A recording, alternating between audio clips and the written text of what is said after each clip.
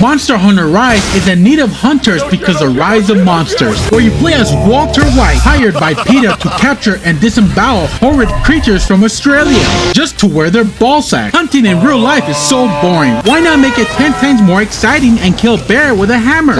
Or do you ever want to experience what it felt like shooting that gorilla? You're also able to mount monsters. Ain't that the coolest shit? In this multiple ecosystem, the king of the jungle are the Homo sapiens. Under your rule, you fight a variety of monsters from a chicken holding a rock to an AC-130. And it's all in self-defense. I swear. Please understand, they're trying to take my honey. So please sit down, take a jar of honey, and watch me how many jawlines I could dislocate.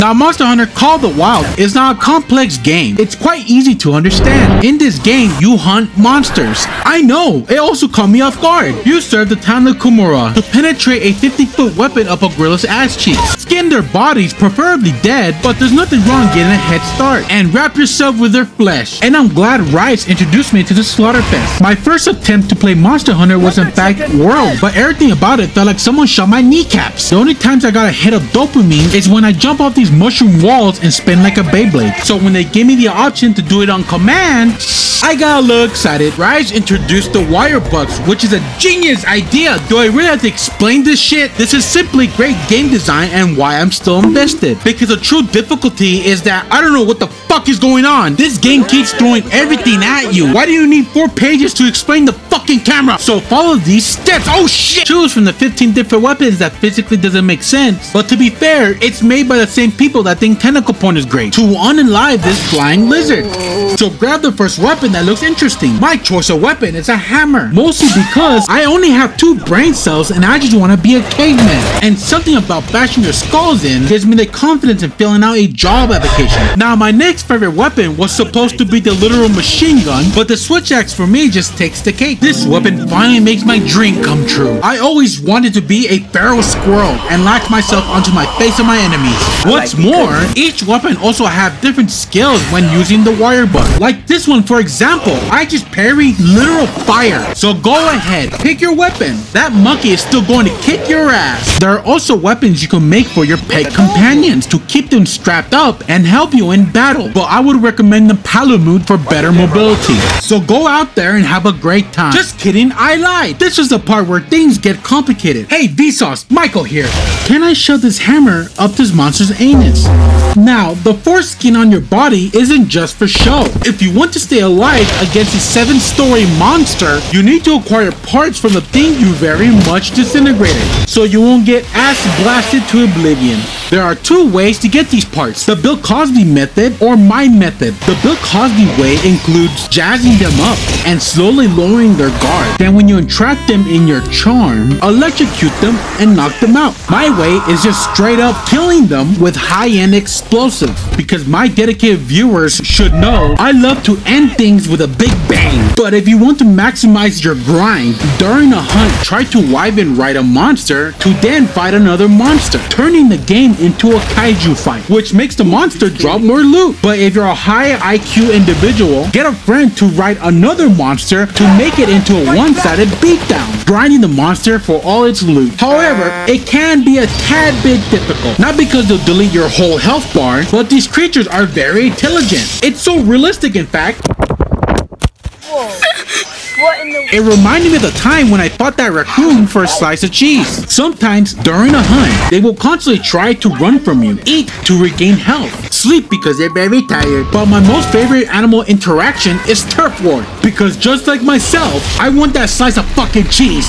But the most craziest event has to be Valtryx. Now, what does the word ambush mean to you? What I think is when a creature lies in wait for the perfect moment to pounce. But Valtryx has a different definition. What the fuck? He first flies 20 kilometers above you, circling around his prey. When the moment is right, he knows that is you and the monster you're fighting.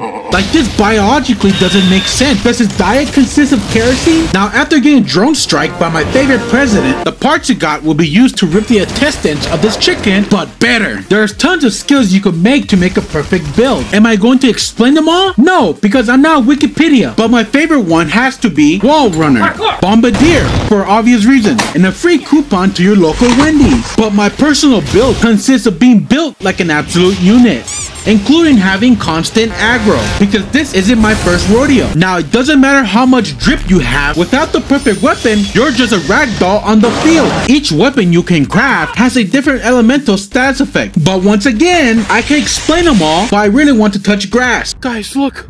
A squirrel. So instead, here's a good metaphor to explain everything. It's like Pokemon minus the cockfight. Fire beats ice, water beats fire, shotgun beats spider. There are also other elements that don't make sense, like sleep element, or the blast element, which is just C4 strapped to a hammer. But I would recommend sticking to crafting multiple elements for one weapon. But do what I do. Make every single element for each weapon. The only downside is losing my sleep schedule. At least it's easier to grind than Elder Scrolls. Now, you don't need to be a mathematician to know how to play the game. I think the first thing you should figure out, if you even like the goddamn game, the first few hours, go murder anything quadrupedal. And if something clicks with you, and you're confident you can get through this mess, go for it. Because what truly is a mess is this godforsaken story filled with idiotic leadership, a little demon that I'm 100% sure it's possessed, and these twins who are somehow mind controlled by two literal gods, and you still don't understand. Trust me, it's not gonna be any better when I explain it.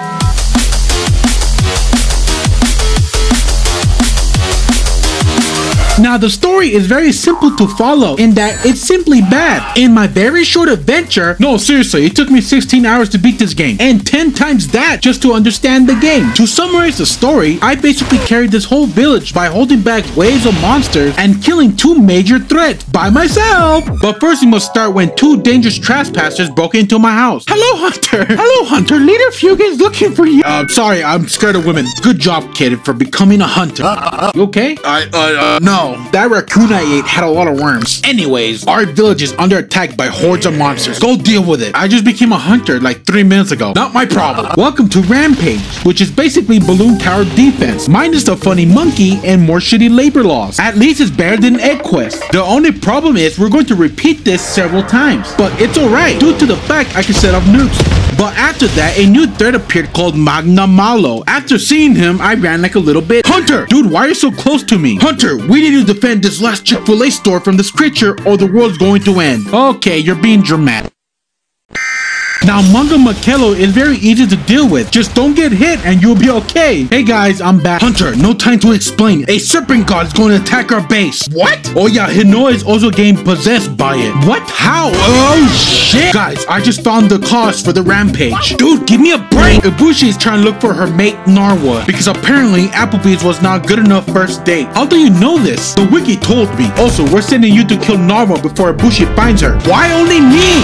But it even becomes worse because not only do I fight them once, but twice when they combine their powers. I guess I just don't want to live anymore. But the true monster is this demon, because look how evil she looks when she keeps feeding me the same desserts hundreds of times, or when she asked me to chop off 2 Diablo's heads all because it disturbed her lunch. This happens 3 times, by the way, and at this point I'm too afraid to refuse her meals. And yes, there is a food tier list. Now the story does continue with more monsters and new areas to explore, but I'm broke and the new Monster Hunter game is probably coming out. And yes, I know Monster Hunter is not known for their story, but for their in-depth gameplay, which makes it fun playing skins off, even though it took me 100 hours. And the one compliment I could give to the story is that at least they have names. Now to pad out the runtime a bit more, the one tip that helped me the most is to get honey. I develop a crippling addiction for how precious honey is, and there's only one efficient way to do it. So follow me. This is a female. Yes, don't get excited. She owns a trading company where you have to hire indentured servants and put them inside a submarine. I highly recommend completing her side quest because more submarines means more honey for my addiction, because you don't want to be that one hunter running around not able to heal himself. And knowing how to come prepared could make you a well-versed, experienced hunter or furry. It all depends on you.